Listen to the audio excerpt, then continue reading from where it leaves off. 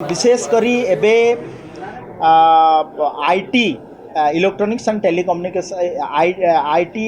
एवं ET department रो मध्य ए budget रे बहुत प्रावधान दिया जाइछि जो थिरे कि पाखापाखी आमे गत बजेट रो तुलना रे एथर 40% अधिका अर्थ व्यवहार करा जाइछि हमर 1108 कोटी टंका व्यवहार करा जाइछि एवं विशेष करी एआई आर्टिफिशियल इंटेलिजेंस पाई ए बजेट रे 23 कोटी टंकार अधिका प्राविधान रखा जाइछि एवं ओसवान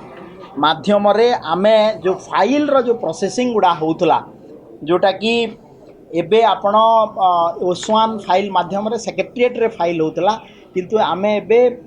ब्लॉक पंचायत स्तर रु सेक्रेटरीएट पर्यंत फाइल कार्यक्रम जो ताको रहिछि ऑनलाइन करिया पई स्वच्छता आनिया पई गोटे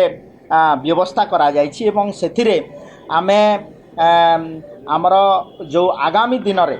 जो आर्टिफिशियल इंटेलिजेंस एआई क्षेत्र रे एवं आईटी क्षेत्र रे आगो को जीवो ता सहित आमर गोटे नुआ डाटा सेंटर प्रतिष्ठा करिबा ता सहित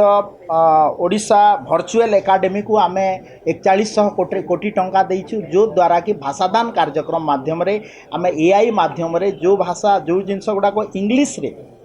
आमे कहिले बाहरुथला सेटा ओडिया रे केमती हबो ओडिया अस्मिता को सम्मान देवा पई तार व्यवस्था करा जाइछि ता सहित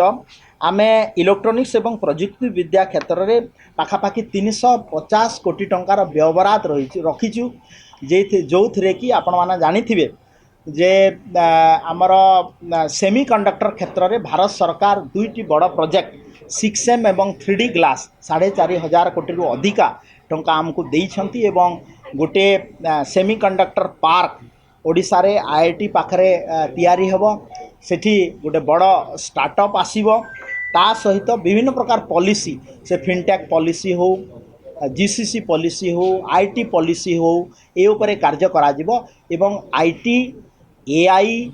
फिनटेक एवं सेमीकंडक्टर क्षेत्र रे ओडिशा को गोटे लीडिंग स्टेट एवं हब करिया पई ओडिशा सरकार तरफ ए बजेट रे विशेष भाव रे प्रावधान दिया जाय।